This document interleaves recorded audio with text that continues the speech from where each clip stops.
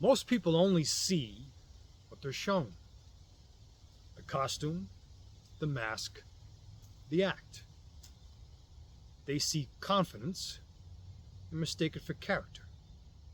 They see aggression and think it's strength. They see humility and think it's weakness. But every act has a purpose: to gain something: respect, control, attention, and often money. The salesman's smile isn't friendship, it's commission. The beggar's blessing isn't always faith, it's persuasion.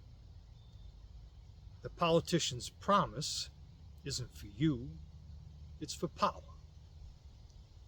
Even in love, words can be a costume to win what they want.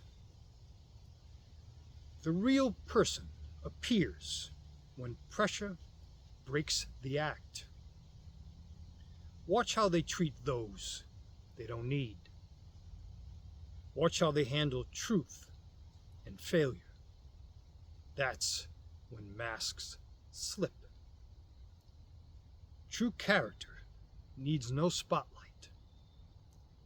It's integrity when no one's watching. It's honor when no one's clapping. Train your eyes to see energy, not image. Because in combat and in life, what's unseen determines survival. I'm Professor Lon Therian, and this is Warrior Wisdom.